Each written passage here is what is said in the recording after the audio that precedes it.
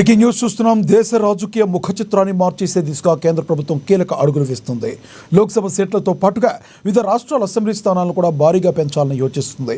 ఢిల్లీలో జరిగిన ఎన్డీఏ భాగస్వామ్య పక్షాల సమావేశంలో కేంద్రం ఈ ప్రతిపాదనలను వెల్లడించినట్లుగా విశ్వసనీయ వర్గాల సమాచారం. కేంద్ర హోంమంత్రి అమిత్ షా, పార్లమెంటరీ వ్యవహారాల మంత్రి కిరణ్ రిజిజు, శాఖ మంత్రి అర్జున్ రామ్ నేతృత్వంలో ఈ సమావేశం జరిగింది.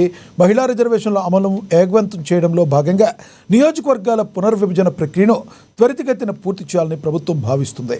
దేశవ్యాప్తంగా నియోజకవర్గాల సంఖ్యను దాదాపుగా 50% పెంచాలని కేంద్రం నిర్ణయించింది.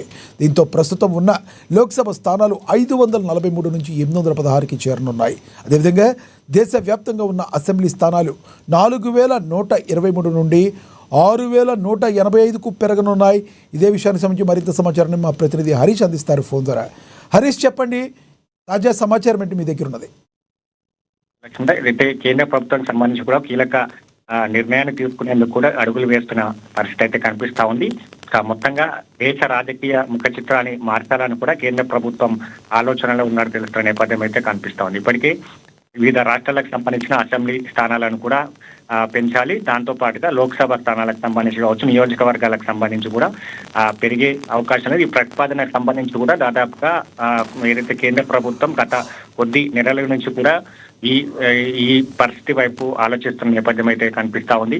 మొత్తంగా నిన్న కీలకమైన సమావేశం ఢిల్లీలో జరిగింది. దాంట్లో ఇదే అంశాలను కూడా ప్రతిపాదనను వెల్లడించినట్టుగా సమాచారం అందుతున్న నేపథ్యం అయితే కనిపిస్తా ఉంది. ఇక కేంద్ర ఏదైతే పార్లమెంటరీ వ్యవహార మంత్రి కిరణ్ రిజిజు, అలాగే న్యాయశాఖ మంత్రి అర్జున్ రామ్ నేతృత్వంలో సమావేశం జరిగింది. మహిళలకు సంబంధించిన రిజర్వేషన్ల అమలుగా వచ్చి కూడా ప్రక్రియను త్వరగతిన పూర్తి చేయాలని కూడా ఆలోచిస్తున్న నేపథ్యం అయితే కనిపిస్తా ఉంది. దేశవ్యాప్తంగా నియోజకవర్గాల సంఖ్యను దాదాపుగా 50% పెంచాలని కూడా నిర్ణయం తీసుకున్న నేపథ్యం అయితే కనిపిస్తా ఉన్నది. మొత్తంగా లోక్సభ స్థానాలకు సంబంధించి ఇప్పుడు 543 నుంచి కూడా 816కు పెరగనున్న నేపథ్యం అయితే కనిపిస్తా ఉంది. అదేవిధంగా దేశవ్యాప్తంగా ఉన్న అసెంబ్లీ స్థానాలు 4116 అసెంబ్లీ స్థానాలు ప్రస్తుతం కొనసాగుతా ఉన్నాయి. ఇక ఏదైతే బిల్ పాస్ అయితే కనుక 6185కు సంబంధించి కూడా పెరగనున్న నేపథ్యం అయితే కనిపిస్తా ఉన్నది. ఇక మొత్తంగా ఇక్కడ తెలంగాణకి సంబంధించి కావచ్చు, ఏపీకి సంబంధించి కావచ్చు, ఇక అసెంబ్లీ స్థానాలకు సంబంధించి తెలంగాణలో 179 అసెంబ్లీ స్థానాలు, ఆంధ్రప్రదేశ్లో 263 సంబంధించి కూడా అసెంబ్లీ స్థానాలు పెరగనున్న నేపథ్యం అయితే కనిపిస్తా ఉంది. ప్రస్తుతం తెలంగాణ 119 అసెంబ్లీ స్థానాలకు సంబంధించి కూడా కొనసాగుతున్న నేపథ్యం అయితే కనిపిస్తా ఉన్నది.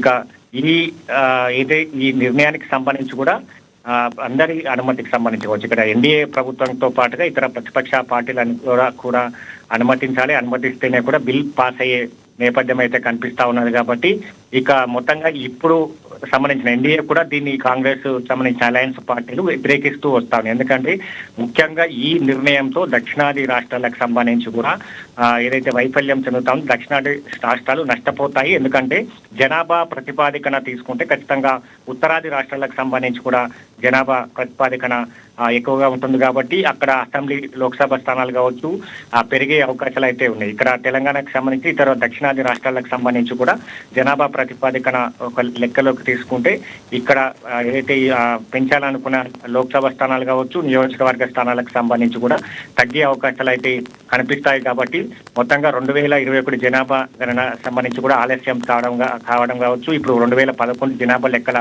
ప్రతిపాదనక దీన్ని తీసుకొని కేంద్ర ప్రభుత్వం దీన్ని పూర్తి చేయాలని ఆలోచిస్తున్న నేపథ్యం అయితే కనిపిస్తా ఉంది. దీన్ని ఎన్డీఏ ప్రభుత్వం వ్యతిరేకిస్తూ వస్తున్న నేపథ్యం అయితే కనిపిస్తా ఉంది. మొత్తంగా 2029 ఎన్నికల నాటికి సంబంధించి కూడా ఈ సీట్లను పెంచేందుకు కేంద్ర ప్రభుత్వం ఆలోచిస్తుంది. దాంట్లో మహిళలకు 33% రిజర్వేషన్లను అమలు చేయాలని కూడా ఆలోచిస్తున్న నేపథ్యం అయితే కనిపిస్తా ఉన్నది. కాబట్టి ఇక పార్లమెంట్ లో ఈ బిల్లు పైన కూడా సెగ కలిగే అవకాశాలు అయితే కనిపిస్తా ఉంది. ఎందుకంటే ఇప్పటికే రాజ్యాంగంలోని ఆర్టికల్ 82 అలాగే 170లకు సవరణ చేయాల్సి ఉంటుంది ఈ బిల్లు పాస్ చేయాలంటే.